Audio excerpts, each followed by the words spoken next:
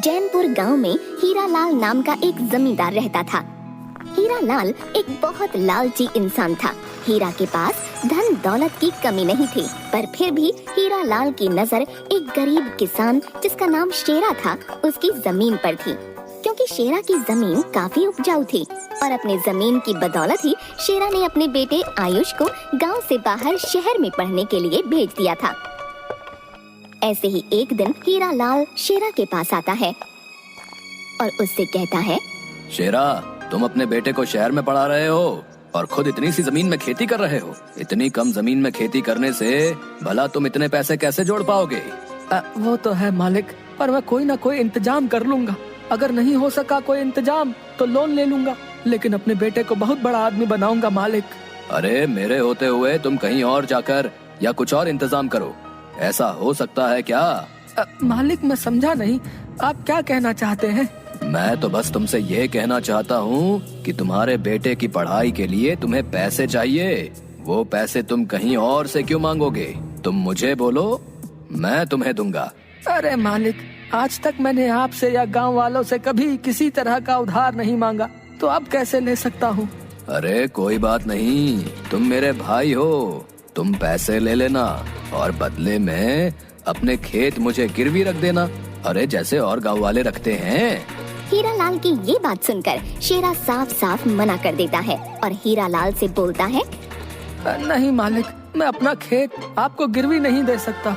इस खेत से ही तो मेरी रोजी रोटी है और इस खेत की बदौलत ही तो मैंने अपने बेटे को शहर भेजा है और मुझे पूरा विश्वास है कि इस खेत से मैं अपने बेटे को एक दिन बहुत बड़ा आदमी बना पाऊंगा। मालिक मुझे माफ कीजिएगा। ये बोलकर शेरा वहाँ से चला जाता है और हीरालाल को बहुत गुस्सा आता है। ऐसे ही कुछ दिन बीत जाते हैं और हीरालाल एक और तरकीब लगाता है और शेरा के पास जाकर उससे बोलता है, शेरा भाई, तुम्हारी खुदगर्जी देखकर मुझे बहुत अच्छा लगा, पर फिर भी मैं तुम्हारी मदद करना चाहता हूँ और इस बार तुम भी मेरी मदद लेने से इनकार नहीं कर पाओगे।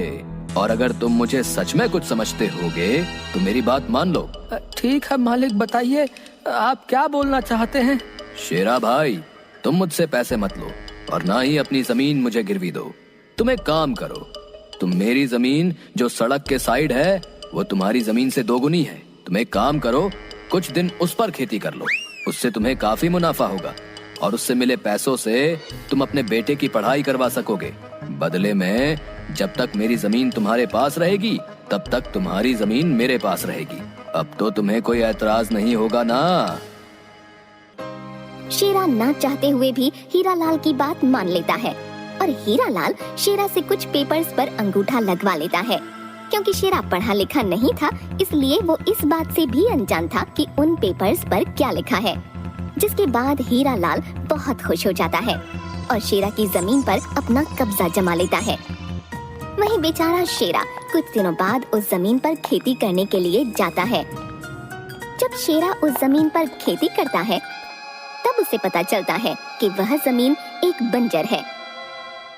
जिसके बाद शेरा हीरालाल के पास आता है और उससे बोलता है, मालिक, आपकी जमीन मेरे किसी भी काम की नहीं है, क्योंकि आपकी जमीन बंजर है, इसलिए आप मुझे मेरी जमीन वापस कर दीजिए।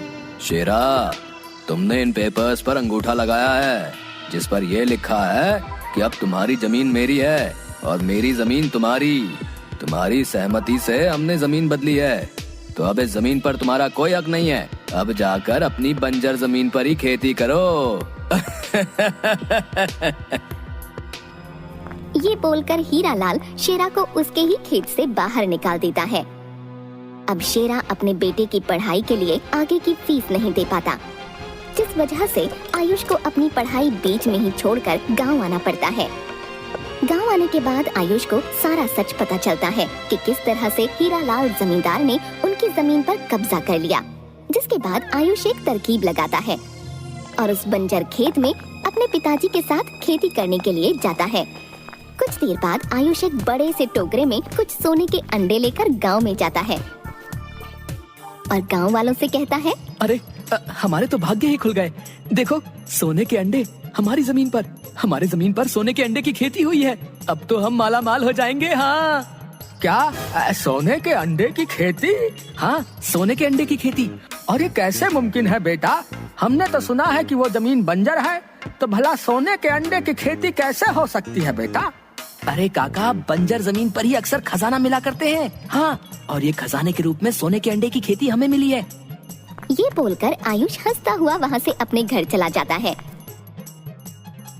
जिसके बाद ये खबर आग की तरह पूरे गांव में फैल जाती है और हीरालाल को जैसे ही पता चलता है कि उसके बंजर खेत में सोने के अंडे की खेती हुई है तो वो बौखला जाता है और शेरा के पास जाता है और उससे कहता है, शेरा, मुझे मेरी जमीन चाहिए। बहुत दिन हो गए, अब तुम अपनी जमीन अपने पास रखो। पर मालिक, हमने तो जमीन बदल ली थी ना। अब तो मेरी जमीन आपकी और आपकी जमीन मेरी है। फिर आप अचानक से अपनी जमीन मुझसे क्यों मांग रहे हैं?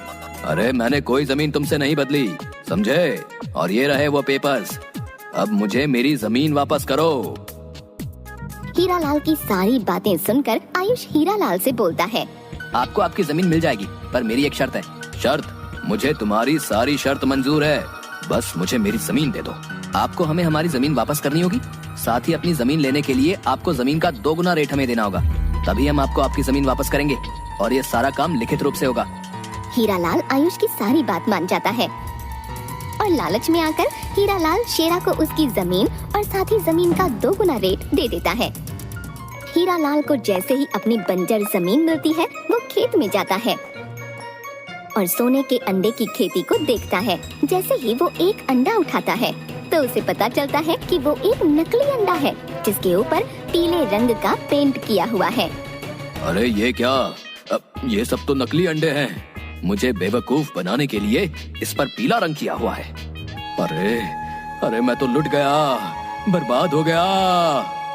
ये देखकर हीरालाल को अपनी चतुराई याद आती है और उसे पता चल जाता है कि शेर को एक न एक दिन सवा सेर जरूर मिलता है। जिसके बाद वो अपनी जमीन पर बैठकर नकली सोने के अंडों को हाथों में लेकर रोने लगता है।